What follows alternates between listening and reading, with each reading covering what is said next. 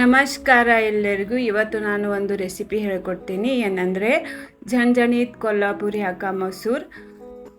ನೋಡಿ, ಈ ರೆಸಿಪಿ ಇದೆಯಲ್ಲ ಹೋಟೆಲ್ಗಿಂತ ಚೆನ್ನಾಗಿ ರೆಸಿಪಿ ಆಗುತ್ತೆ. ಬನ್ನಿ ಶುರು ಮಾಡೋಣ. ನೋಡಿ, ಇಲ್ಲಿ ನಾನು ಗ್ಯಾಸ್ ಚಾಲು ಮಾಡಿಕೊಂಡು ಕುಕ್ಕರ್ ಇಟ್ಕೊಂಡಿದ್ದೀನಿ. ಕುಕ್ಕರ್ ಒಳಗೆ ನಾನು 2 ಗ್ಲಾಸ್ ನೀರು ಹಾಕ್ಕೊಂಡಿದ್ದೀನಿ. 1 ದಾಲ್ಚಿನ್ನಿ ತುಕಡ ಹಾಕ್ಕೊಂಡಿದ್ದೀನಿ. 2 ಬಿರಿಯಾನಿ ಎಲೆ ಹಾಕ್ಕೊಂಡಿದ್ದೀನಿ.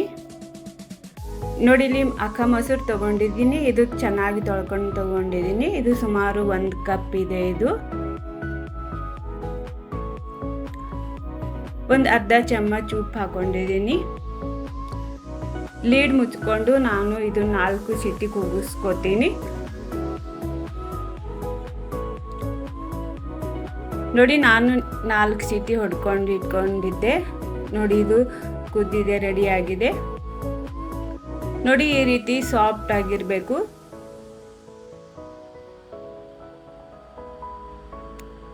ಇದು ನಾನು ಸೈಡ್ ಇಟ್ಕೊತೀನಿ. ನಾನು ಇಲ್ಲಿ ತಡ್ಕ ಹೊಡ್ಕೊತೀನಿ. ಕಡಾಯಿ ಇಟ್ಕೊಂಡಿದ್ದೀನಿ. ಗ್ಯಾಸ್ ಚಾಲು ಮಾಡ್ಕೊಂಡಿದ್ದೀನಿ. ಒಂದು ಅರ್ಧ ಚಮಚ ಜೀರಿಗೆ ಹಾಕೊಂಡಿದ್ದೀನಿ. 2 ಕೆಂಪು ಮೆಣಸಿನ್ಕಾಯಿ ಹಾಕೊಂಡಿದ್ದೀನಿ. 1 ಏಲಕ್ಕಿ ಹಾಕೊಂಡಿದ್ದೀನಿ. ಏಲಕ್ಕಿ ಇದೆಲ್ಲ ಕ್ರಷ್ ಮಾಡ್ಕೊಂಡು ಹಾಕೊಂಡಿದ್ದೀನಿ. 3 ಟೇಬಲ್ ಸ್ಪೂನ್ ಎಣ್ಣೆ ಹಾಕೊಂಡಿದ್ದೀನಿ. 2 ಈರುಳ್ಳಿ ಹಾಕೊಂಡಿದ್ದೀನಿ. ಈ ರೀತಿ ಸಣ್ಣಾಗಿ ಕಟ್ ಮಾಡ್ಕೊಂಡು ಹಾಕೊಂಡಿದ್ದೀನಿ. ಇದು ಮಿಕ್ಸ್ ಮಾಡ್ಕೊಳ್ಳೋಣ. 1 ಚಮಚ ಶುಂಠಿ ಬೆಳ್ಳುಳ್ಳಿ ಪೇಸ್ಟ್ ಹಾಕೊಂಡಿದ್ದೀನಿ. ನೋಡಿ, ಇದು ಕೆಂಪಾಗೋ ತನಕ ಹುರ್ಕೋಬೇಕು.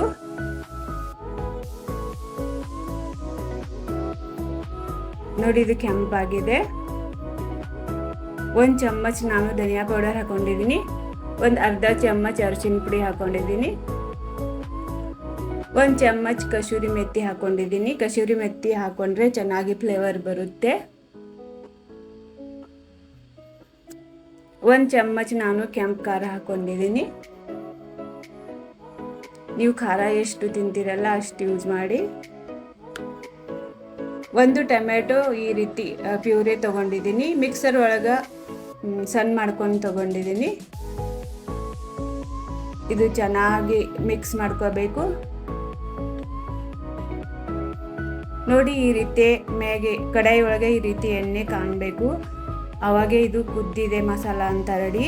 ನೋಡಿ, ಇದು ನಾವು ಅಕ್ಕ ಮೊಸರು ಕುದಿಸ್ಕೊಂಡಿದ್ದೇವಲ್ಲ ಅದು ಹಾಕೊಂಡಿದ್ದೀನಿ.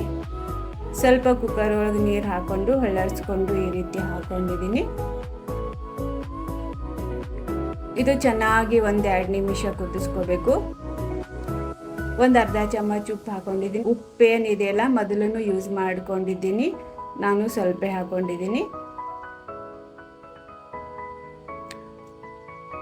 ನೋಡಿ, 1-2 ನಿಮಿಷ ಇದು ಕುದ್ದಿದೆ. ಇದು ರೆಡಿಯಾಗಿದೆ.